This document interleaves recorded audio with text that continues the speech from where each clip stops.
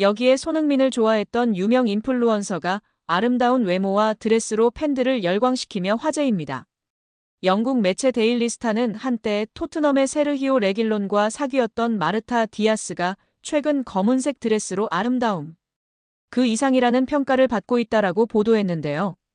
매체에 따르면 디아스는 자신의 사회관계망 서비스 SNS에 검은색 드레스를 입은 사진을 올리면서 팬들의 관심을 끌었습니다. 팬들을 댓글을 통해 정말 우아하다. 너무 예쁘다. 언제나 그렇듯이 당신은 매우 아름답고 우아하고 훌륭하다. 항상 아름답기 그지없다. 당신의 아름다움이 여성의 모습으로 드러났다라고 칭찬했습니다. 인스타그램 팔로워 숫자가 333만 명이 넘는 스페인 인플루언서 디아스는 과거 스페인 풀백 레길론과 연인 관계였던 것으로 유명한데요. 스페인 출신 레길론은 선수 경력 동안 레알 마드리드, 세비야, 토트넘, 맨체스터 유나이티드, 아틀레티코 마드리드 등 여러 팀에서 200경기 이상 출전한 수준급 레프트백입니다.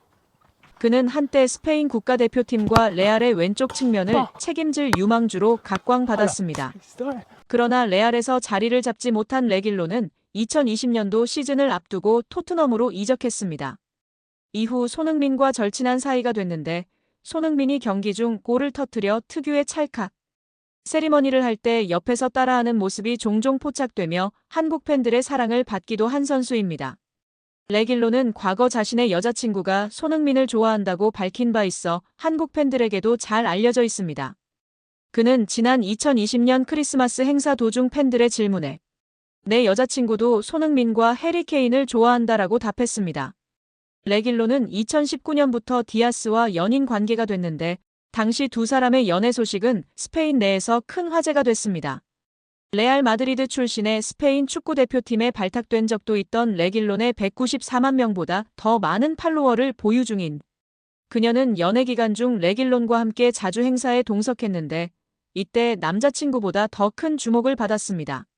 레길론이 주전 경쟁에서 밀려 2022년 여름 스페인 라리가 클럽 아틀레티코 마드리드로 임대 이적했을 때도 디아스는 레길론의 아틀레티코 입단식에 동행했습니다. 두 사람은 약 4년간 교제한 뒤 지난 2023년에 결별한 것으로 알려졌습니다.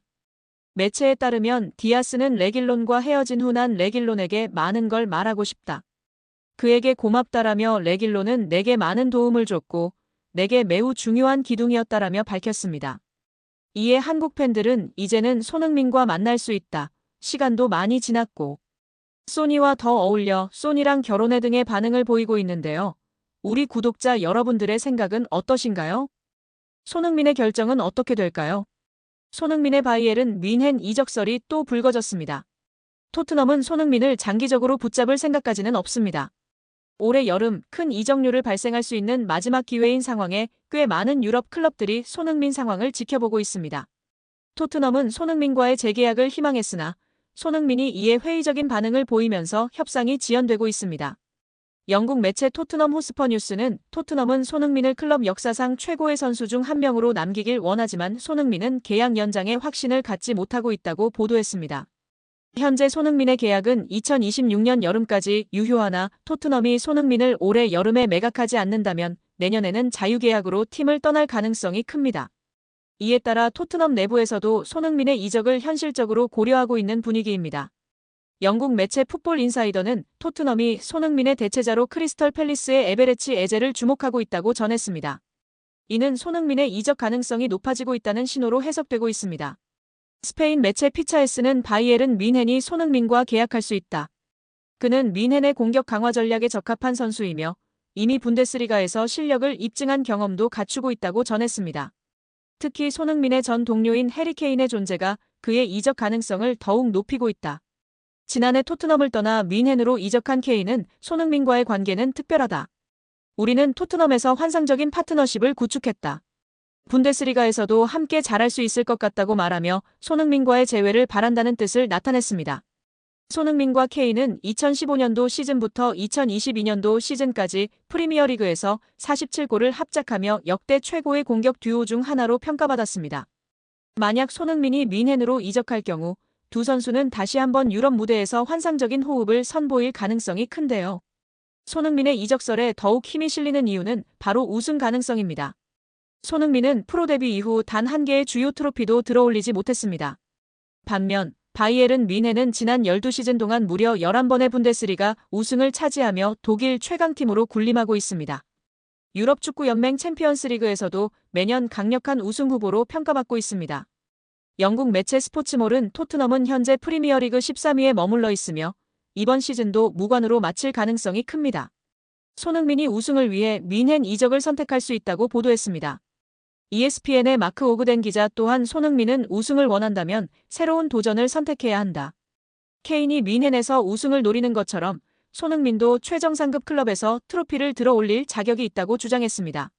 바이에른 뮌헨 역시 손흥민 영입을 강력하게 추진할 가능성이 높은데요. 현재 뮌헨은 레로이 자네, 킹슬리 코망, 세르주, 그나브리 등 측면 공격수들의 부상 및 부진 문제를 겪고 있습니다. 이에 따라 즉시 전력감으로 검증된 손흥민을 영입하는 것은 뮌헨에게도 큰 이득이 될 수 있다는 평가입니다. 독일 매체 아벤트 차이퉁은 뮌헨은 손흥민을 영입해 공격력을 극대화할 계획이다. 특히 손흥민의 연봉이 180억 원 수준으로 기존 주전 선수들보다 가성비가 뛰어나 뮌헨에게 매력적인 옵션이 될 것이라고 전했습니다. 이적시장 전문 매체 트랜스퍼마르크트에 따르면 손흥민의 현재 시장 가치는 약 580억 원으로 평가됩니다. 뮌헨은 충분한 재정을 보유한 클럽이기에 손흥민의 이적료를 감당할 수 있는 몇 안 되는 팀 중 하나입니다. 토트넘과 손흥민의 10년 동행이 끝날지 아니면 마지막까지 충성심을 발휘할지는 손흥민의 선택에 달려 있습니다. 그러나 손흥민이 우승을 향한 갈망이 크다는 점에서 바이에른 뮌헨이 적극적으로 달려든다면 상황이 변할 수 있습니다. 토트넘이 손흥민과 재계약을 맺지 못할 경우 손흥민은 올여름 이적 시장에서 새로운 도전에 나설 가능성이 있습니다. 그 선택지가 바이에른 뮌헨이 될지 아니면 또 다른 클럽이 될지는 앞으로를 지켜봐야 할 것입니다. 토트넘에서 챔피언십 퀸즈파크 레인저스로 임대를 떠난 양민혁이 손흥민과 이강인에게 고마움을 표시해 관심을 모았습니다.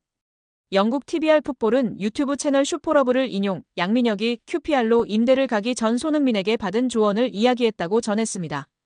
양민혁은 슈퍼러브를 통해 흥민이 형과는 당연히 같은 팀에서 같이 생활했다. 훈련이 끝나고 같이 밥 먹고 냉탕도 항상 같이 했다. 타지에서 같은 팀 선배로서 많은 도움을 주셨다면서 임대 가서도 다치지 말고 경험 많이 쌓고 돌아오라고 했다고 밝혔습니다. 양민혁은 지난 2024년 K리그 강원FC에서 고교생 신분임에도 38경기에서 12골 6도움으로 강한 인상을 남겼습니다. K리그 1 역사상 최초 고교생 신분으로 프로 선수가 된 양민혁은 시즌 중이던 지난해 7월 토트넘과 계약해 주목을 받았습니다. 아직 어린 선수다.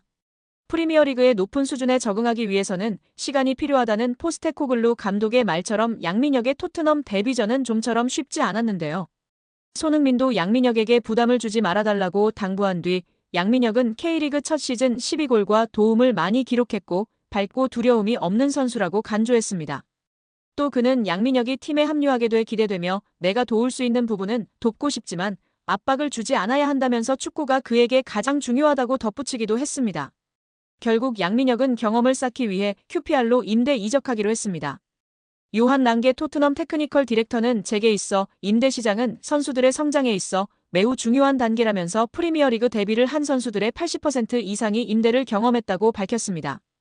양민혁은 이강인의 이름도 언급했는데요. 한국 축구대표팀에서 이강인과 인연을 맺은 양민혁은 여기 와서 강인이 형이 되게 많은 도움을 주신 것 같다.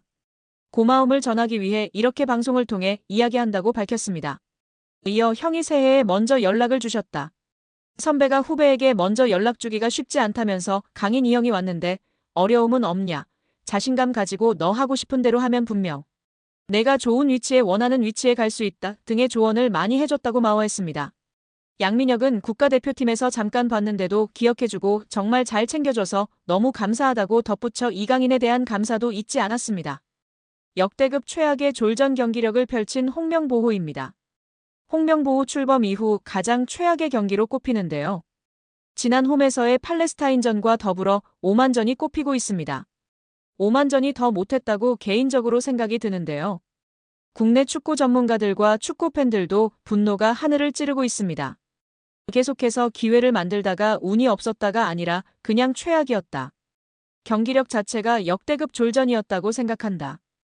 홍명보가 뭐 그렇지 혹시나 했는데 역시나였다. 홍명보 사퇴해라. 홍명보 경질시켜라 등의 반응을 보이고 있습니다. 여기에 오만 감독의 경기 후 기자회견 발언이 화제가 되고 있는데요.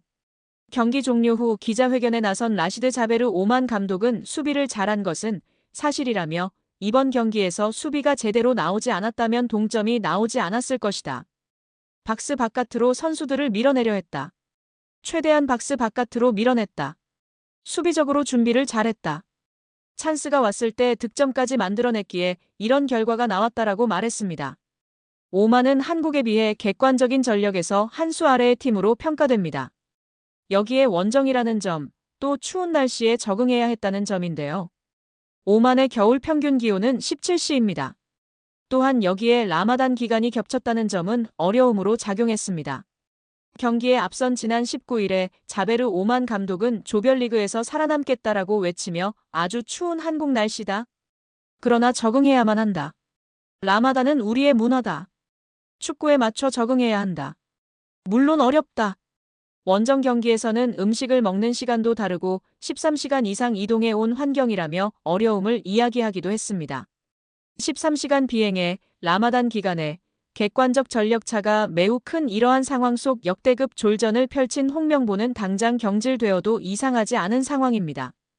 그런데 협회는 왜 경질을 안 할까요?